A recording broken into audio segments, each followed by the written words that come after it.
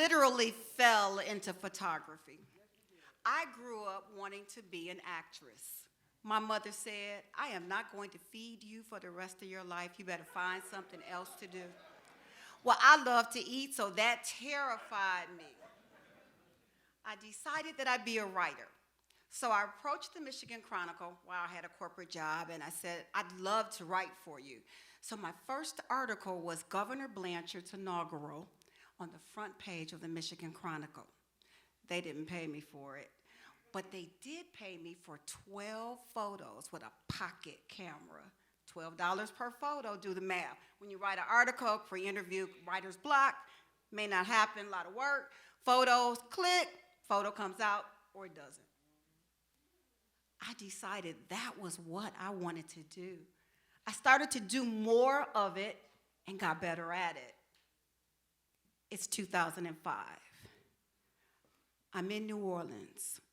70% of the city is covered in water. Approximately 2,000 people have died.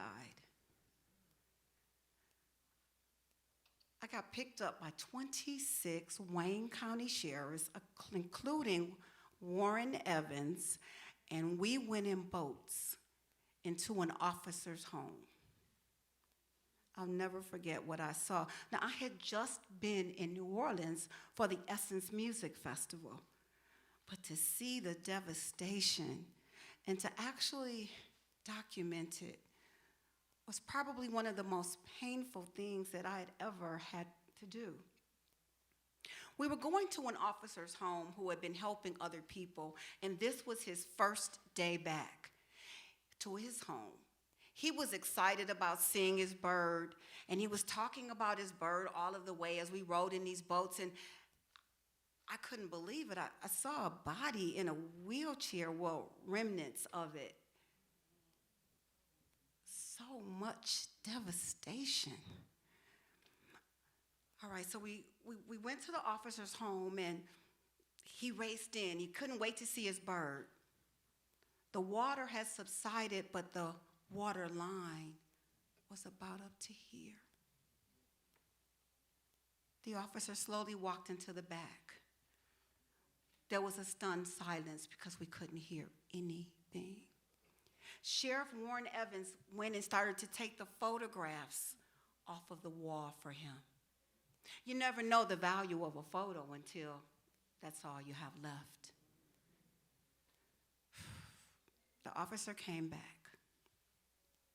That look in his eyes, I'll never, ever forget it. And as a person who's supposed to document it, I lifted my camera, but I couldn't, because love hurts. I love what I do. I started to think back about some of the different things that I've been honored and blessed and gifted to do. To photograph approximately 40 African heads of state and presidents, and be the only woman in the room, the only African American in the room, and the only American woman in the room. And a lot of them couldn't even speak English, but they could say, Monica, photo, photo. Boy, those were the days. I was a guest of Muammar Gaddafi in Tripoli, Libya, and he would make sure that I was invited to all of these events that the African Union had given. I had an opportunity to photograph Aretha Franklin many times. I did the first official photo after she had been declared ill, and it was in between takes for the Grammys. Aretha was beautiful. She had on this pink dress, and she had all these big clamps on the back holding it in, and she's like, Monica, take my picture for the cover of Jet. You got 2 seconds before I change for the net. What, 2 seconds? But I did it. And that photo ran in Jet, and she selected it for her obituary. But love, it hurts because it's not always easy to take photographs. I think back to a time when I was having lunch with Rosa Parks, who had chosen me to be her official and personal photographer, and then Emmett Till's mother, Mamie Till Mobley. She was really a nice woman, and I kept saying, oh my gosh, it's Emmett Till's mother. And so I got my camera, and of course I wanted to find the right moment. I didn't want to intrude on her, but I had to take her photograph. And so I asked her, and she said yes. And she stood there proudly. But I saw the pain in her eyes. Perhaps she was remembering, but she feigned a smile, and I picked up the camera, took 3 shots, and I put it down. I just couldn't do it. She said, Monica, Emmett used to stutter, and I taught him to whistle his way out of the stutter. So many times I have been privy to history unfolding, and sometimes that history, that love of my craft, it hurt. I think back to when I was in Chicago and people were walking into the park, Grant Park. Barack Obama was going to be declared president, possibly, of the United States. And I had passes. I was so excited, but as I watched the people go, I realized I couldn't go in that park. My knees were bone against bone, and I kept thinking of the pain of walking on that concrete. My craft, my love for my career had caused my knees to deteriorate and be like those of a 90-year-old.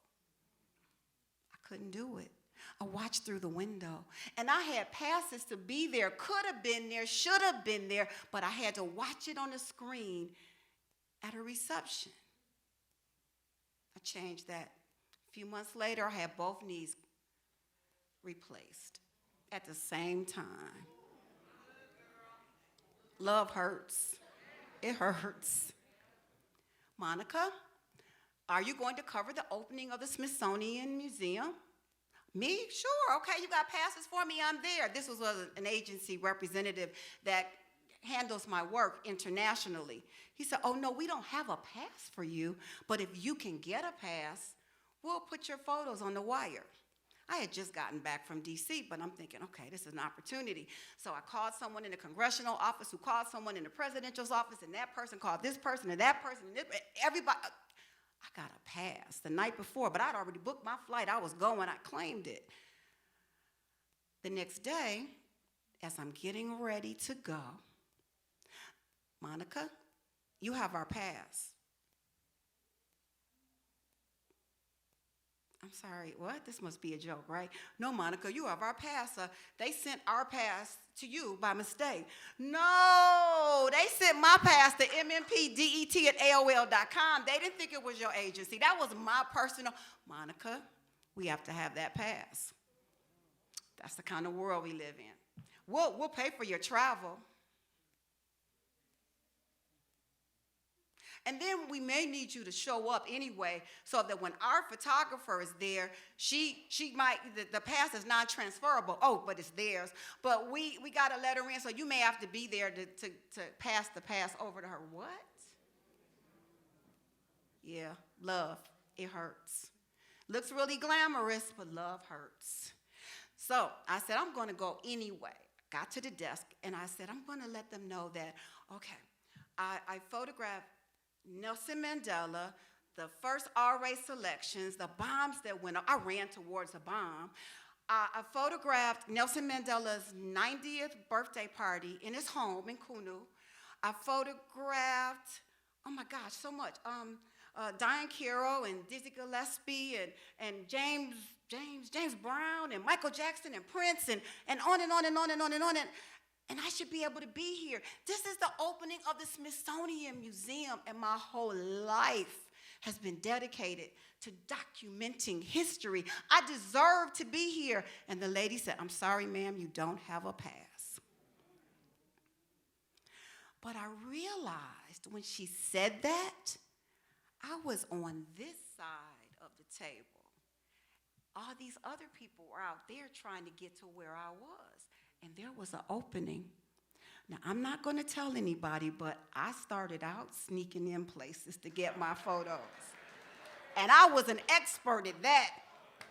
I even crashed a party at Manukian Mansion that Coleman Young was giving. I knew I was going to be kicked out, but they let me in. So I saw a young man who also was having trouble to get in. He was probably in his 20s. And I said, I'm going to help him, because that's what we got to do. We got to help each other. So I look at him like, we're going this way. And he's like, So we sneak out the tent. And we start walking down the yellow brick road. And let me tell you who I found. The first person was Robert Smith, the richest African-American man in the world. Now, I only knew that because I'd photographed him at Congressional Black Caucus the week before. I wouldn't have known that man. But there he was, and I had the advantage because I knew who he was. I took his photo, took his mom's photo, his family's photo. He even took one with me. Then here comes Samuel L. Jackson, Cookie Johnson, and then Oprah, Gail, Stedman. I got Dave Chappelle later. Oh, my gosh, I got everyone. Oh, Ava DuVernay. Ava DuVernay. I said, oh, may I take your photo? She said, well, would you take my cast? Would I take your cast? Oh, my gosh. There was, okay, and I always mess up with these names. Andre Holland, Lupita Nyong'o, David Oyelowo, and Gugu Mbatha-Raw. And I'm taking their photo, and nobody else has these images. Now, if I'd had the pass that the staffer for that agency had, I would have been stuck in the rafters. And I would have gotten what everyone else got. But even though that love had hurt, that love was fabulous because I was getting these images. And then the young man, he talked his way into getting us a pass. So I was able to photograph President Barack Obama and President Bush and Michelle Obama. And I didn't get the greatest angles, but I got their photos. People think it's easy, it's glamorous. Yeah, I've always had an opportunity or the ability to sneak into places because I believe you have to look the part. So I would wear a suit, and I would act like I belonged, and my heart would be pounding, but I'd get in. I actually, I don't know if I should tell you this, but there I was at Nelson Mandela's inauguration, and we actually had to line up at 3 o'clock in the morning for a ceremony that took place at 11 in the afternoon, and they told us not to move. I moved. I had on a suit. Other photographers, blue jeans, T-shirts. I walked out there. I was terrified. I saw the Americans, that's what we were called, arrive. There was, oh my gosh, Coretta Scott King, Martin Luther King III, all these people there. And then there was me, because I was in there. And the security said, "Are you with the press?" I said, "Excuse me, I am a guest."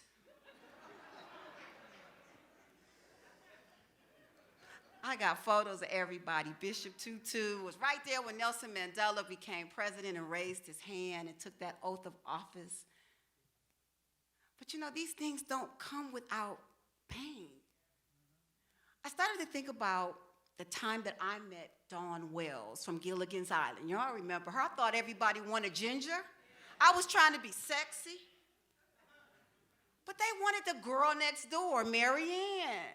So I had a chance to meet Dawn Wells. And Dawn, oh my gosh, she still looked great. And she said, okay, you can take my photo. This was after I'd shown her a million from my phone to show her I could take a great photo of her. She said, well, don't get this angle. Okay, don't do that. Don't show this.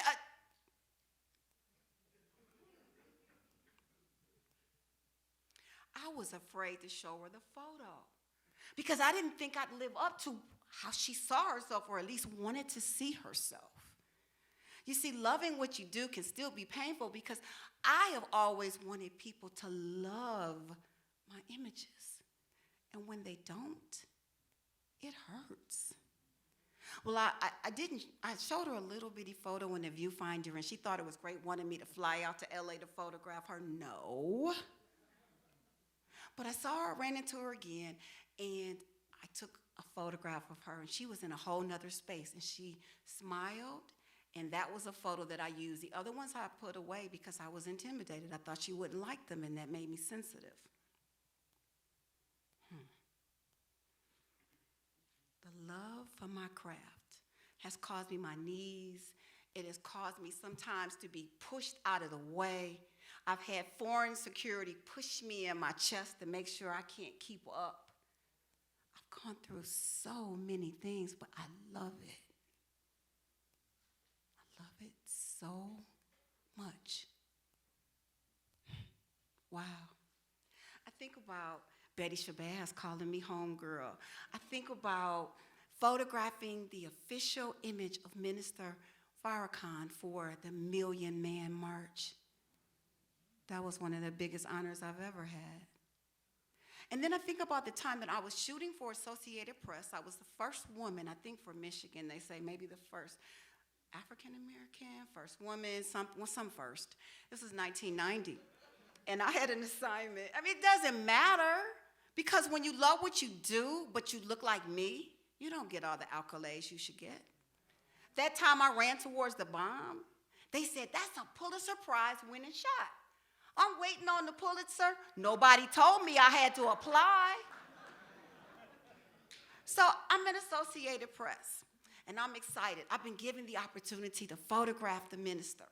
And I had been honored because I had been given some close access, direct access because of my work. I had to work my way in. Now, people have a tendency to think, oh, she just thinks she's all that, she's gonna walk. No, I had to work my way in and show my work and prove myself. I'm saying with any assignment. And so Associated Press was, we're gonna let you do this one. And there was a guy who worked there who was Jewish who hated the minister. He said, okay, oh, look at him.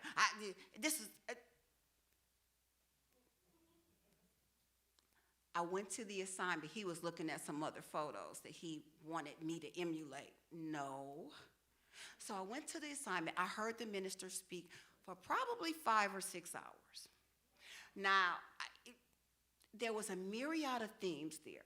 There was a little anger. There was peace. There was love. There was the truth. And I wanted my photographs to depict the truth. The majority of his speech was peaceful and friendly. But of course, some news agencies, they want to control how we think. So they show those fire-breathing images, and they make you think he's just a mean man who hates everyone. My images would not show that. When I went back to the paper, to Associated Press, the photo editor, assistant photo editor, who didn't mirror me, said, okay, I want those those photos where the spit's coming out of his mouth and he looks angry and looks like he's going to strangle somebody, kill somebody. I said, no. I had the right to select the images that I wanted to go out over the wire.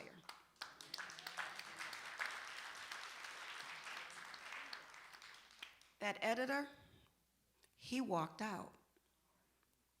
He left me there without making the print that I needed to go on the wire to complete the assignment. You see, he could do that. I couldn't walk out.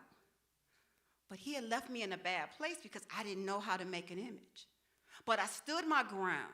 And I believe when you do the right thing happens for you. So I called my mentor, Harold Robinson, who worked at the Detroit News, and Harold said, come on over, I'll make you a print. Went back to Associated Press, the photos went out all over the world, and the assignment was saved. I learned how to make a print after that. I wasn't relying on anybody else. The main editor said he wanted to apologize to me. He couldn't believe that guy had walked out. I couldn't believe he had walked out either, but he was able to walk back in. He kept his job. You see, for me, love hurts. I remember running towards that bomb in South Africa, giving it all I had, photographing people who had died, people who were dying. I photographed the aftermath of a bomb moments after it had gone off. I called Associated Press there in South Africa. They said, bring your film, we want to see it. I got there, and the guy who didn't mirror me said, oh, yeah, you were there. Well, you're too late. They put my images on the wire. Of course they had. That's the way it happens. So I said, well, at least I'll get my film developed.